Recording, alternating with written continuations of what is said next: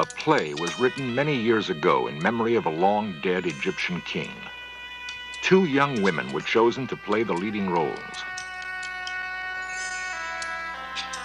The play was the whim of an American writer who thought to poke fun at ancient Egyptian superstition.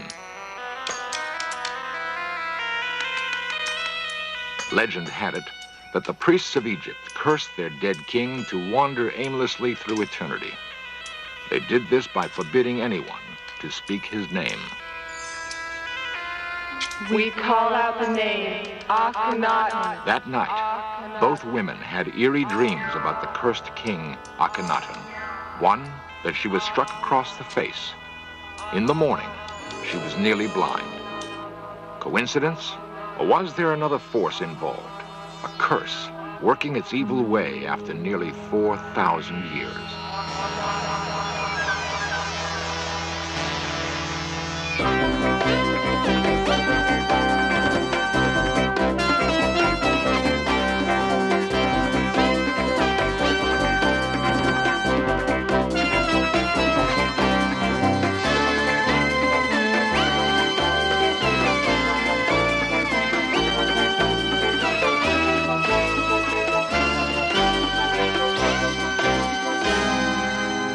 The priests of Egypt had enormous power.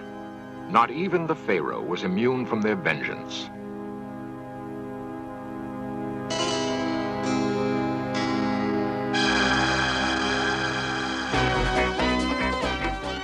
This series presents information based in part on theory and conjecture.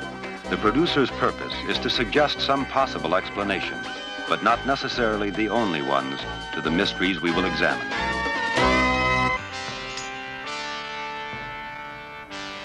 Egypt.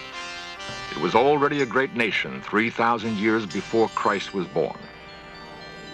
Its kings built enormous monuments during their lifetimes. By the 20th century, 33 royal tombs had been excavated in the Valley of the Kings. The most exciting discovery, however, was still to come. It would be the culmination of a sequence of events that began not in Egypt, but in the green fields of England. The Berkshire Downs. Highclere Castle is the ancestral home of the Earls of Carnarvon. The lord who presided here in the first quarter of this century would help make history. It would cost him dearly, however. The Earl did not leave the comfort of his castle and embark on the adventurer's trail by choice. A curious chain of events compelled him to go to Egypt. The present Lord Carnarvon remembers very well how it began. First of all, my father had a serious accident in Germany, a motor accident, and he was rather badly injured.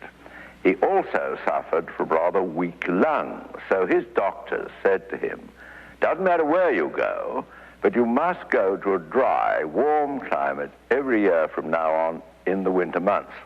So Papa said to himself, well, that's a fine kettle of fish. He likes shooting and everything else. So he decided that he'd go off at the end of the shooting season, about the beginning of February, and he went to Egypt.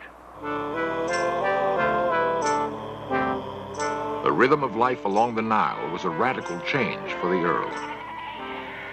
After he'd been there a few months, Lord Como was sent for him and said, my dear Porchy, he said, if you're coming out here regularly, you're going to be so bored you won't know what to do with yourself. So may I make a suggestion? Yes, indeed, I'd be honored if you'd tell me what to do. Right, he said, why don't you take up as a hobby Egyptology? He said, it's very interesting, and what's more, he said, it happens that at this moment of time I've got the very fella who will help you best. He happens to be an awfully nice young man called Howard Carter. Howard Carter was an intense, driven man. After 15 years with the British Civil Service in Egypt, he'd been fired for refusing to apologize to his superior. Carter stayed on in Egypt because he had a dream. By the time Lord Carnarvon returned to England, he'd agreed to bankroll that dream. 15 years after the bargain was struck, Carter still labored in the Valley of the Kings. His dream? To find the tomb of King Tutankhamun. Professional archaeologists thought the valley had been picked clean years before. Carter disagreed. The search was exasperating. Carnarvon was threatening to cut the money off when in November 1922, Carter unearthed a staircase. At the bottom, a door with royal seals intact. The door had been sealed more than 3,000 years before. Carter couldn't be sure he'd found Tutankhamun's tomb, but whatever lay behind the door was bound to make his years of toil worthwhile. And at that moment, he got to the stage where he was able to see that there really was the jackpot, the hopes that they'd worked for all those years. They uncovered the steps, the first steps. And at that stage, he thought the only thing to do was to quickly cable to my father, tell him to come out, which he did. Carter waited patiently for Carnarvon's arrival. Together, they breached the door. "Can you see anything?" Carnarvon asked. Then, slowly, the answer. Yes, wonderful things. Wonderful indeed. Carter's vision and Carnarvon's patience had paid off. Beyond treasure, there was the undisturbed body of a long-dead king, the resting place of Tutankhamun, Pharaoh of Egypt. At last, Carter was face to face with his dream. Around Tutankhamun's neck, a magnificent gold collar. Carter recognized it as the vulture goddess Nekhbet, a warning to intruders. There were reports of another warning on a tablet that has since vanished. Death will slay with his wings whoever disturbs the rest of the Pharaoh.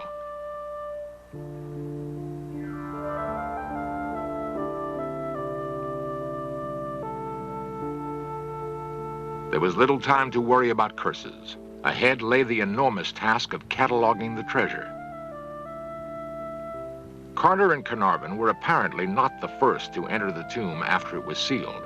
There was evidence that someone had rummaged around, then fled. Perhaps ancient tomb robbers frightened by the curse. Carter gathered up the great treasure thieves had abandoned, evidence that Tutankhamun reigned in the glory days of Egypt's past. He ruled from about 1334 to 1325 BC. Tutankhamun was 9 when he became pharaoh, not yet 20 when he died. In those days, Egypt exacted tribute from Asiatic princes and carried on an active trade with the Mediterranean kingdom of Minoa. Word of the discovery of Tutankhamun's treasure spread quickly. Tourists were becoming a problem. Lord Carnarvon returned to Cairo with part of the treasure. He had no way of knowing it, but he would never see England again. Fever, brought on by an infected mosquito bite, ravaged the Earl's body. When I arrived, there was my father, pulse beating in his throat. You could see he very bloodshot eyes, obviously frightfully feverish and ill. So I say to the nurse, whatever happens, for heaven's sake, call me. The young Carnarvon went to his own room as his father fought what was to be the last battle of his life.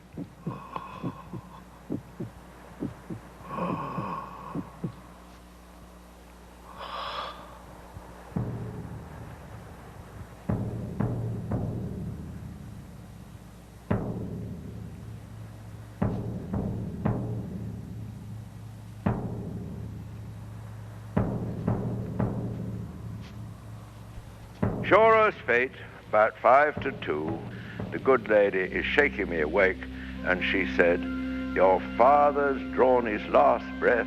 Please come quickly."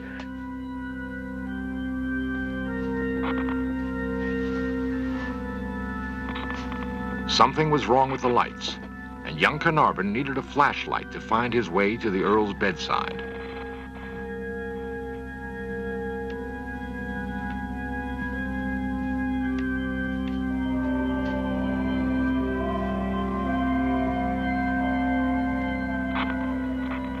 Officially, the cause of Carnarvon's death would be pneumonia. The Egyptian press had another explanation.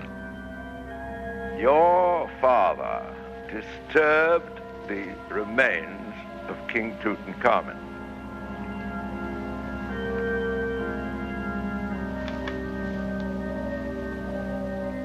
He took his revenge, and he was responsible for the whole of the lights in Cairo going out at exactly the moment he died.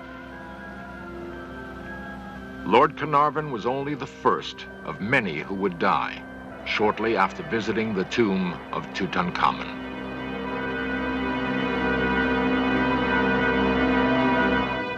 The discovery of Tutankhamun's tomb was a great event, but the sudden and mysterious death of Lord Carnarvon had cast a pall on the celebration. Carnarvon's grieving son returned to England, only to find new evidence that his father might have unleashed some malevolent force, which cost him his life. Already, the popular press was proclaiming Lord Carnarvon's death to be the revenge of the mummy. His son took refuge behind the walls of Highclere Castle. The memory of that awful night in Cairo would not so easily be shaken. I had a little fox terrier bitch called Susie. And when I got back, very old-fashioned housekeeper, Mrs. McLean, said to me, "I've something to tell you, my lord, a really extraordinary happening." At 5 minutes to 4, and as you know, Cairo time is 2 hours, so we're 2 hours in front of Cairo, she said, Susie sat up on her hind legs. Her mouth was covered in foam. She let out a howl like a wolf and fell back dead. Something of a panic set in. Collectors rushed to get rid of whatever Egyptian relics they possessed. Howard Carter's assistant, Richard Bethel, died suddenly of a circulatory collapse. Bethel's father, Lord Westbury, committed suicide. The chief Egyptologists at both Paris's Louvre and New York's Metropolitan Museum died shortly after visiting the tomb. American financier Jay Gould took ill and died within days of seeing Tutankhamun's final resting place. To date, 22 deaths have been associated with the curse.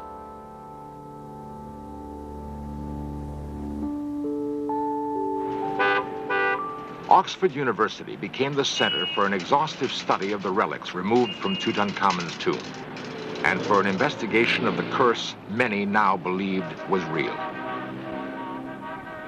Oxford's Ashmolean Museum is still one of the richest repositories of Egyptian antiquities.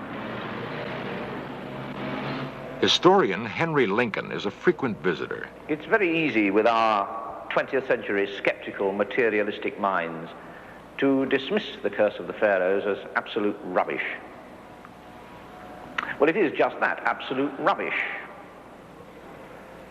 Death to anyone who enters this tomb is a pretty fierce curse to somebody with a superstitious mind, but it's just a threat, and a pretty ineffectual one at that. And we all know that the curse of the pharaohs was concocted by the popular press because Lord Carnarvon had sold the rights to the discovery of Tutankhamun's tomb to the Times, and the other papers wanted something sensational to write about. But the Egyptians, a curse wasn't rubbish. Tutankhamun's figured largely in the thinking about the curse, and it was Tutankhamun's father-in-law who, in fact, was cursed to wander in all eternity by the priests of Ammon. The ram's head god, Amun-Ra, was dominant in Egypt before the reign of Akhenaten. Akhenaten introduced the practice of sun worship, symbolized by a new god, Aten. The priests of Amun were stripped of their power. Under this new religion, only the pharaoh could commune directly with Aten. The temples of Amun were defaced, but the priests bided their time. The old religion and the old ways went underground. Egypt's peasants apparently also maintained their loyalty to Amun. Akhenaten died in the 17th year of his reign, his tomb has never been found. Even as the young Tutankhamun was ascending the throne, the priests of Amun moved to regain their power. Akhenaten's name was eradicated from great monuments, his likenesses destroyed. There was an American artist, Joseph Lyndon Smith, working in the tombs, taking copies of the wall paintings at the time that Tutankhamun's tomb was discovered. He felt it would be a good thing to intercede with the gods on behalf of Akhenaten and to lift the curse of Amun-Ra so that the pharaoh was no longer condemned to wander forever in eternity. He was going to do this by putting on a play.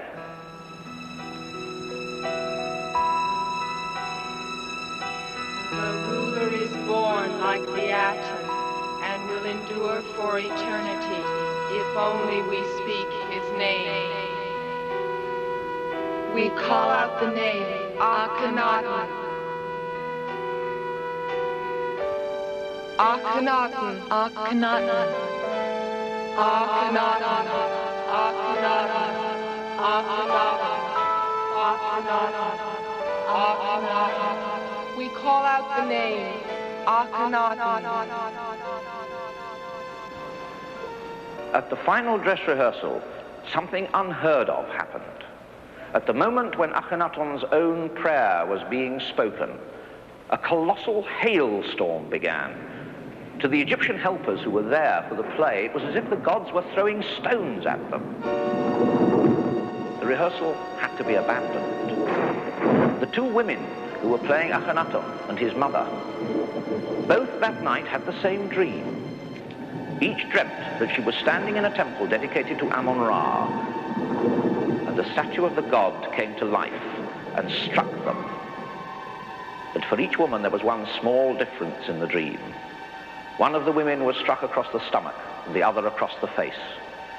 Within 48 hours, the one who had been struck across the body was having a serious abdominal operation, and the one who had been struck across the face had the most virulent case of trachoma ever seen in a European. She almost lost her sight. Everybody associated with that little play within that period of 48 hours had been struck down by some minor illness or other. Was that the curse of the priests of Amun, still working after all those thousands of years? And if it wasn't the curse, what was it? A new chapter to the mystery of the mummy's curse opened in 1976 at the Paris airport. The occasion was an eerie state visit. The mummy of King Ramses was arriving with pomp and circumstance due a chief of state. Something terrible was happening to the mummy, and Egypt wanted France to help. The mummy was taken to the Museum of Man in Paris. In a sealed laboratory, Egyptologists gathered. The Ramses mummy was among the most perfectly preserved of all those found in the Valley of the Kings. Now it was beginning to deteriorate rapidly. The Egyptians wanted to know if Ramses could be saved. Tutankhamun's mummy had been ravished by the time of its discovery. Some theorized the priests of Amun deliberately thwarted the embalming procedure. There has been no public announcement to date about what the French experts found when they unwrapped the body of Ramses.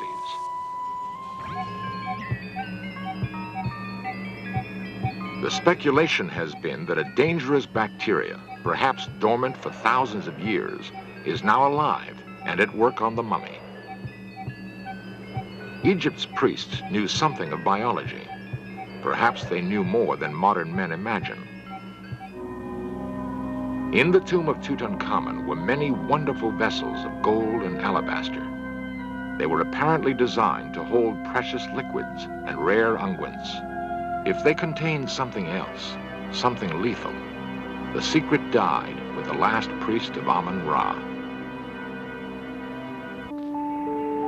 1977 affords millions of Americans the opportunity to see Tutankhamun's treasures.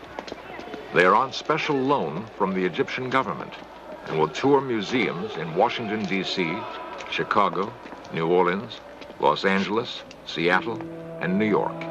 55 works of art from what many consider the greatest archaeological find in history. Time has eroded much of the mystery and awe which gripped discoverers Carter and Carnarvon. The curse is probably rubbish after all. Perhaps the priests of Amun-Ra tasted enough vengeance with the deaths of Lord Carnarvon and some of his close associates. After all, Howard Carter lived out a long and happy life, and he was the first to break the seals on Tutankhamun's tomb. If the priests of Amun sought to obliterate the memory of Akhenaten and his heir Tutankhamun, they failed. Their names have been rediscovered and spoken again and again. To a pharaoh, that was assurance of immortality. Life, symbolized by the Ankh. Earrings, probably worn by Tutankhamun as a young boy. The wooden figures are likenesses of favorite slaves, servants for the pharaoh in the afterlife. Other figures guarded the young king's tomb for the 3,000 years he was forgotten.